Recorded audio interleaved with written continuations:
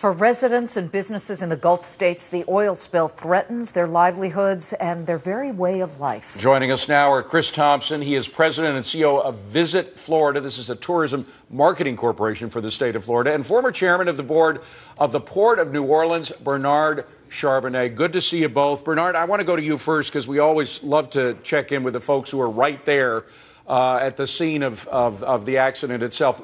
What is happening in the growing debate between the federal government and the local government? We heard the president address that moments ago. We still hear a lot of anger coming out of Louisiana. What's the latest?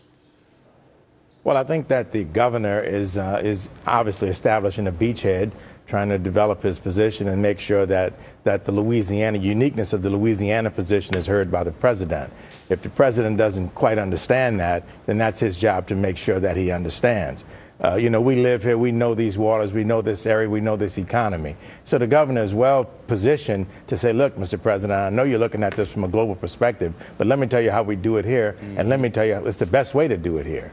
So I think the governor is right and is focusing on our position, and I think the president said today that he's accepting it and he's welcoming some of those ideas. So in that respect, I think there was tension, but now listening to the president today, it seems like he's receiving the governor very well. Bernard, in Louisiana, so much of it has to do with the fishing industry. We spoke to a member of that industry last night who said, look, it's important to remember that 70% of the fisheries and the areas in which fishing is being done right now are unpolluted, untainted by this oil spill. Is that what you're hearing, that about 70% of the industry is back to business, but that 30% is what's stuck?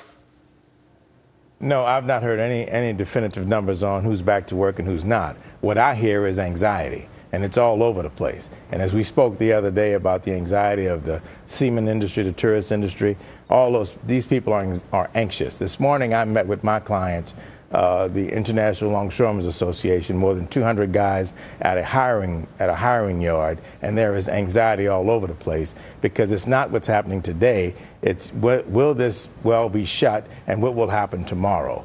And if there's a divergence of ships or vacationers or gaming industry or whatever else, that's going to affect them delicately. Bernard, one quick final question on those berms, those sand berms. There was a lot of problems with the federal government not clearing away the red tape that would allow you folks to do what you needed to do to keep the oil offshore. Has that issue been resolved? I don't know. I do know that I heard the president's speech today, and it seems like he's all over this thing, and he seems he's covered every base. If he had one problem with the speech, it's that maybe it was a day or two too late.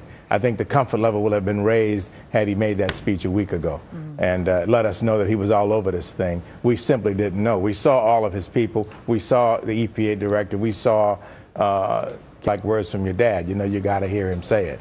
And today it was warmly received.